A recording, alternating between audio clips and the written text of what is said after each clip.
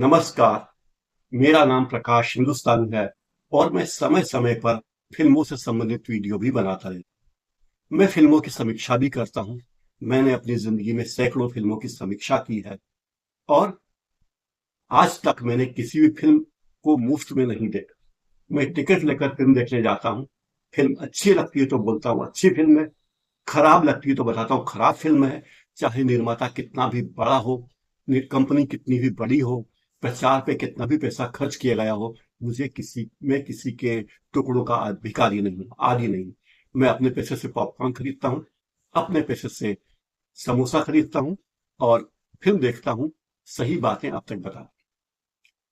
आज भी मैं आपको जो बात बताने वाला हूँ वो मेरे दिल को बहुत चुभी है, इसलिए मुझे लगा कि बताना जरूरी है। अनुभव सिन्हा का व्यवहार।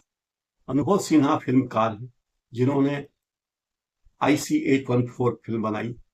ये एक सीरीज है, वेब सीरीज है, OTT पर, नेटफ्लिक्स पर आ रही है और इसके 6 एपिसोड है। उसके उसकी प्रेस कॉन्फ्रेंस में उन्होंने जिस तरह की बदतमीजी की और जिस तरह के अहंकार का प्रदर्शन किया, मुझे लगता है कि ये उनकी उम्र होने का नतीजा। 60 होने के पहले ही वो सठिया गए हैं। लगता है उनकी विचार शक्ति का क्षरण हो गया है। वे अपने आप को सत्यजीत रे का भी बाप समझने लगे। इतना गुरूर से बात करते हैं, पत्रकारों से इतनी बदतमीजी से बात करते हैं।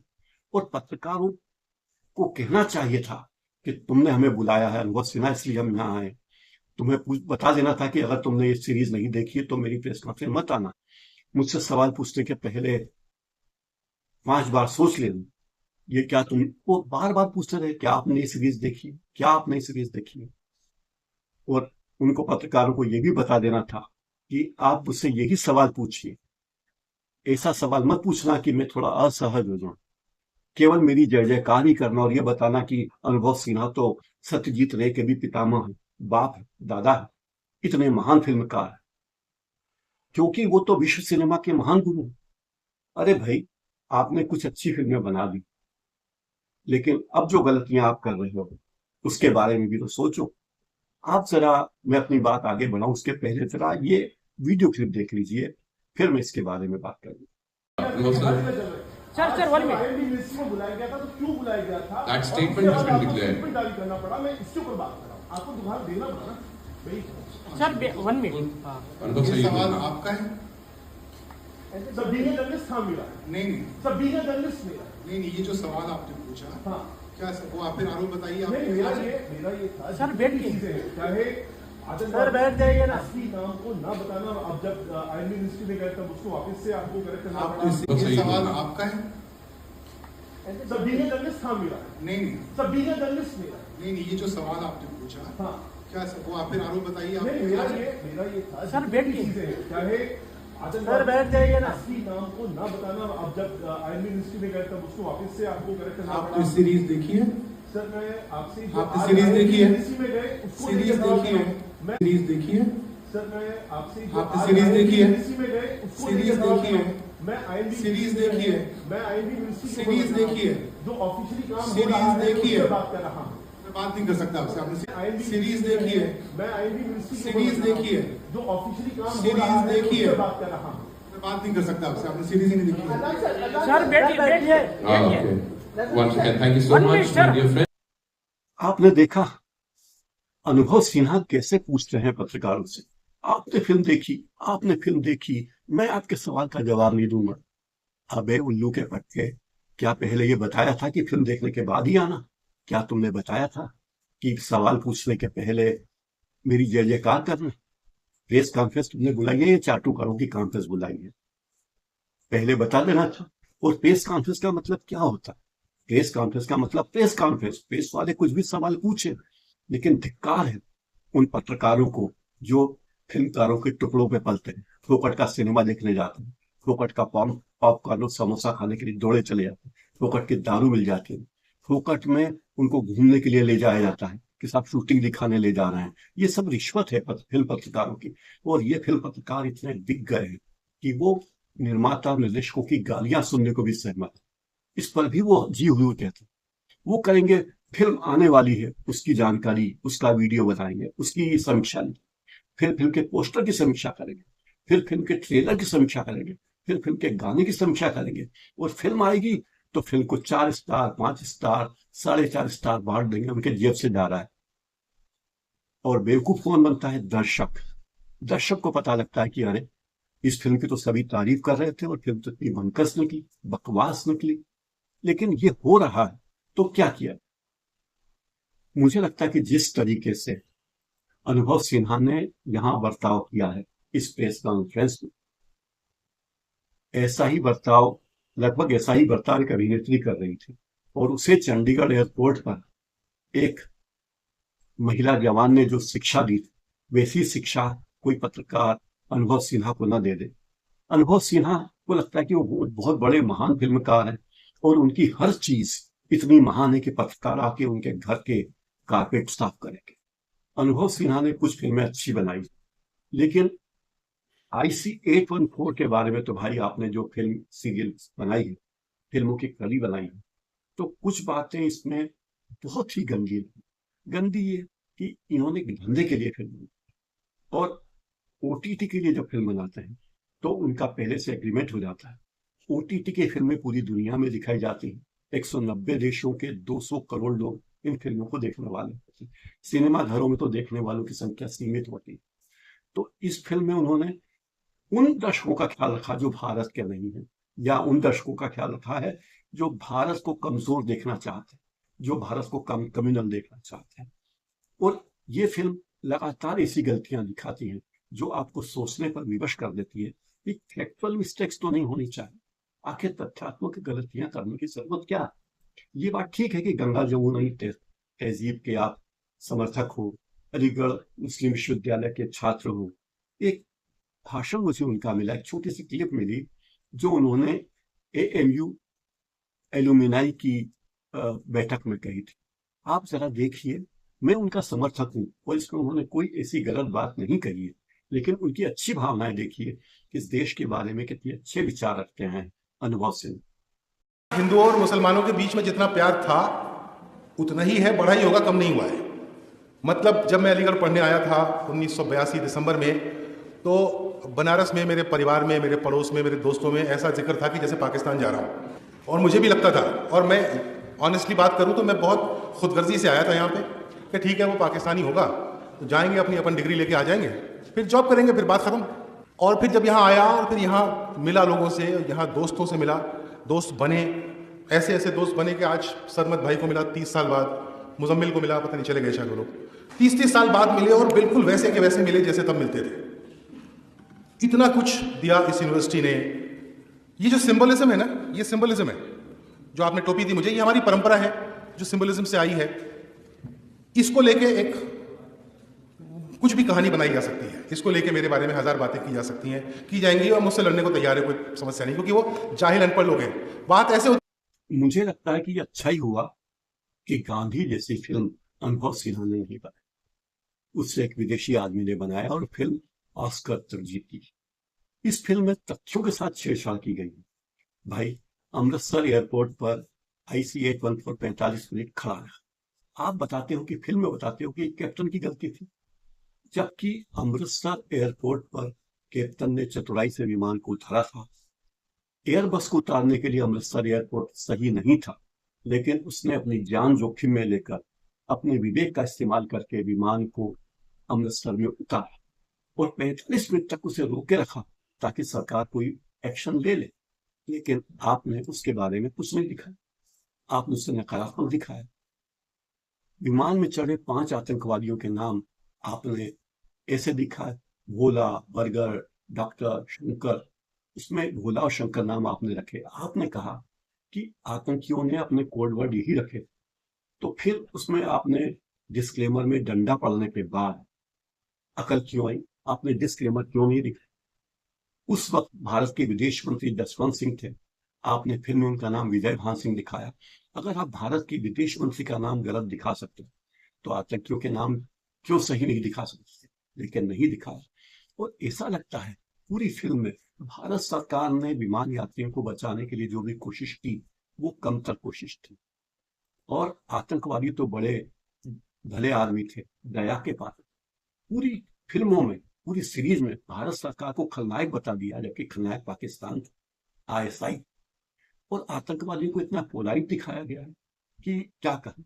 और जब भारतीय अधिकारियों के या मंत्री की बात आती है तो आपने उनको कॉमिकल रूप में पेश किया कि जैसे विमान अपहर्ता को छुड़ाने के लिए टाइप हो रहा है, बातचीत चल रही और भारतीय दल के प्रमुख कहते हैं कि आओ समूह से विमान में अंताक्षरी चल रही। अरे भाई पिकनिक हो रही, क्या आपको पता नहीं कि विमान में एक यात्री को तो आतंकियों ने 7 दिन तक पानी नहीं पीने दिए और एक फल खाने की छूट दी ताकि वो मरे न। आतंकियों ने किसी एयर होस्टेस के साथ बदतमीजी नहीं की, जान हमला नहीं किया, लेकिन एक क्रू के एक सदस्य के साथ मारपीट की, एक यात्री की हत्या की। तो आखिर आपको ऐसी क्या दिखाने की जरूरत है? आतंकियों के प्रति इतना नरम व्यवहार रखने की क्या जरूरत है? पाकिस्तान के प्रति इतना सॉफ्ट रहने की जरूरत क्या है? आप जब पत्रकार से पूछते हो, अनुभव सिन्हा मैं आपसे कह रहा हूं, आप जब एक पत्रकार से पूछते हो क्या ये सवाल आपका है, तो अनुभव सिन्हा ये सवाल मेरा है कि ये फिल्म क्या आपने बनाई है? क्या ये फिल्म आपने ISI के PRO के रूप में बनाई है? क्या ये फिल्म आपने पाकिस्तान के PR डिपार्टमेंट के लिए बनाई है? आप पूछ सकते हो तो पत्रकार क्यों नहीं पूछे? वो पत्रकार थे जो डर गए। मेरे जैसा होता तो उसकी वही हालत करता जो एक हीरोइन की चंडीगढ़ में हुई। आखिर इस तरह की बदतमीजी करने का अधिकार अनुभव सिन्हा तुम्हें दिया किसने? क्या तुम्हारे घर का खाना खाते हैं? क्या तुम्हारी दारू पे बिके हुए हैं? क्या तुम्हारे खाने पे बिके हुए हैं या फ्री के टिकट पे बिके हुए हैं?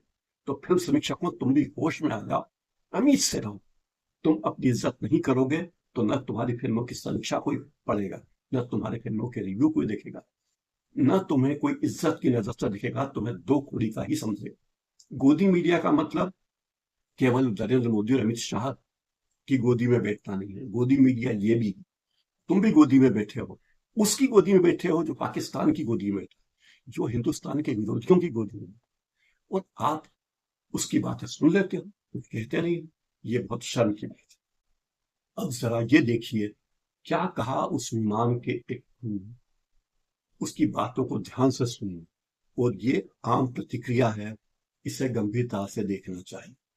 अगर प्रोपेगेंडा फिल्म RSS की तरफ से बनती तो वो गलत, लेकिन प्रोपेगेंडा फिल्म अगर पाकिस्तान की तरफ से या ISI की तरफ से बनती है तो वो भी गलत। देखिए ये क्लिप। दुख के साथ कहना पड़ता है कि आई मीन अभी भी जो लोग इनकी तरफदारी कर रहे हैं वो तो यही कह रहे हैं कि वो बहुत सारा more people are watching it. पर मेरे हिसाब से कहीं एक ज़मीर नाम की भी चीज़ होनी चाहिए जो शायद नहीं इन लोगों में नहीं होगी। इनका जैसा जो इनके और पुराने हरकतों में भी जाहिर हुआ है। पर सब चीज़ तो आप उससे नहीं नाप सकते ना कि आपने पैसा कमा लिया। कहीं कुछ मन में भी आपके होना चाहिए, मैं नहीं गलत कर रहा हूँ। अब उनके कारण होंगे, I am not saying that उनकी थिंकिंग एक तरह से वो एक ही सोच में ढले हुए हैं, तो उनको लगता है कि नहीं हम तो ठीक कर रहे हैं। I mean, इनको the government of the day should be put to some discomfort, but I mean questionable activities है ये। ये फिल्म देखते वक्त कई बार लगता है ये अपराध विमान तो पिकनिक मना रहे थे, अंताक्षरी खेल रहे थे, खा पी रहे थे, और भारत सरकार को उनकी कोई चिंता नहीं थी। आप याद रखिए IC-814 का अपहरण एक ऐसी घटना थी जिसने पूरे देश को शर्मिंदगी के कगार पे ला दिया, लेकिन उससे लिए जाने वाले सबक की आप चर्चा नहीं करते। उस बुरी घटना के इतिहास के बारे में आप गलत तथ्य दिखाकर देश के लोगों को बरगला रहे हैं। ये कोई देश प्रेम वाली बात नहीं। पूरी फिल्म में आपने दिखा कि भारत सरकार इस मामले को जिस तरह हैंडल कर रही थी उसमें तो गंभीरता थी ही नहीं। और पाकिस्तान वाले तो बेचारे बहुत ही शरीफ थे, दुबई वाले लोग भी बहुत शरीफ थे, और अफगानिस्तान वाले भी बड़े ही शरीफ थे। जब भारत के अधिकारी उस पर चर्चा करने जा रहे थे उसको आपने गंभीरता से नहीं लिया, उनका कॉमिकल आपने रूप पेश किया, उनको कार्टून बनाने की कोशिश की। इस तरह की बातें आपकी मानसिकता को व्यक्त करती है अनुभव सिन्हा। मैं आपसे कभी नहीं मिला और मेरी मिलने की कोई इच्छा भी नहीं है। आर्टिकल 15 जैसी फिल्में बनाकर आपने अच्छा काम किया, लेकिन आप एक मोटे पेट वाले अधिकारी को, भारतीय कूटनीतिक को, एक कूटनीतिक चर्चा के दौरान इतने हल्के फुल्के ढंग से दिखा रहे हो, जबकि हमारे कूटनीतिक को आपने कार्टून समझ रखा है। उन्हें क्या राजपाल यादव बना दिया आपने? जिस व्यक्ति को कॉमेडी फिल्मों के लिए जाना जाता है उसे आपने कूटनीतिक अधिकारी का रोल दे दिया, ताकि दर्शकों के मन में छवि बैठे कि भारतीय अधिकारी तो कार्टूनिस्ट है, वो तो खुद कार्टून है। अनुभव सिन्हा, क्या तुमको इतनी बात समझ में नहीं आई कि तुम्हारा काम फिल्म बनाना है तो पत्रकार का काम सवाल पूछना है? क्या पत्रकारों को सवाल पूछने का अधिकार नहीं था तो आप उसे प्रेस कॉन्फ्रेंस क्यों कह रहे हैं?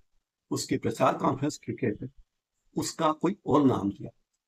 और जिस तरीके से अहंकार युक्त भाषा आपने इस्तेमाल की, तो क्या भाई आप गृह मंत्री हो गए हो भारत के, और पत्रकार या तिहाड़ जेल के सुप्रिंटेंडेंट हो? पत्रकार क्या आपकी जेल में बंद एक कैदी है, या तुम चौकी थानेदार हो गए हो और वो एक अपराधी है?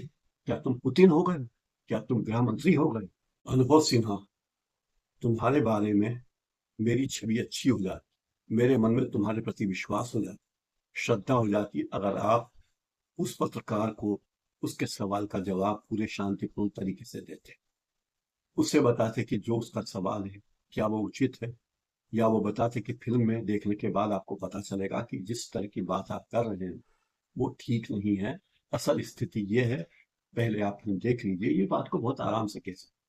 लेकिन जिस आक्रामक तरीके से अनुभव सिन्हा ने बात, तो मुझे लगता है उनकी जुबान के पीछे उस वक्त ओटीटी के समझौते, ओटीटी के कॉन्ट्रैक्ट का पैसा बढ़, वो ओटीटी जिसे पाकिस्तान में देखने वाले 25 करोड़ लोग हैं, बांग्लादेश में देखने वाले 18 करोड़ लोग हैं, अफगानिस्तान में देखने वाले 4 करोड़ लोग हैं, और भारत में भी ऐसे लोग हैं जो ये देखना चाहते हैं कि भारत की नाक कब नीचे। आप बताते कि भारत ने उससे क्या सबक सीखी, भारत ने उसके बाद क्या क्या किए, और उन आतंकवादियों को छोड़ने के पीछे क्या हुआ। लेकिन चूंकि आप इसका राजनीतिक इस्तेमाल करते, आपको पता है कि आपके दर्शक पाकिस्तान के वो नाराज हो जाएंगे अगर आप ये दिखाएंगे कि पाकिस्तान ने बड़ी गलती की। अगर आप उन आतंकवादी को खूंखार दरिंदा दिखाते जो कि वो थे, तो आपकी फिल्म की रेटिंग गिर जाए, आपकी फिल्म को ओटीटी पे कम दर्शक देखे। पैसा तो हर कोई कमा लेता है, लेकिन इस तरीके से देश की इज्जत को और तथ्यों को धूल में मिलाकर पैसे कमाने में क्या मिलेगा? बहुत से क्या तुमने पाकिस्तान की छवि सुधारने के लिए फिल्म बनाई? क्या तुमने आतंकवादियों को मानवीय चेहरा दिखाने के लिए फिल्म बनाई? क्या तुमने भारत सरकार की नालायकी दिखाने के लिए फिल्म बनाई? क्या तुमने भारत के लोगों के मन में ये बीज बोने के लिए फिल्म बनाई कि तुम्हें अगर कुछ होगा तो इस देश की सरकार में कोई दम नहीं है, वो आपकी रक्षा कर सके? क्यों बनाई? आपने फिल्म के अंत में दिखाया कि भारत का विदेश मंत्री जहाज के कैप्टन को सैल्यूट कर, वो विदेश मंत्री जो सेना में रह चुका, क्या उसे इतनी तहजीब और तमीज नहीं थी कि किसे सैल्यूट करना और किसे सैल्यूट नहीं करना? आप बोलोगे कि साहब ये तो हमारी रचनात्मक आजादी, तो रचनात्मक आजादी तो ये भी होती कि आप दिखाते कि आतंकवादी किन लोगों की शाह पर ये सारा खेल। आपने क्यों नहीं दिखाया कि आतंकवादी किसकी शाह पर ये सारा काम कर रहे थे और भारत पर किस तरह दबाव डाला जा रहा?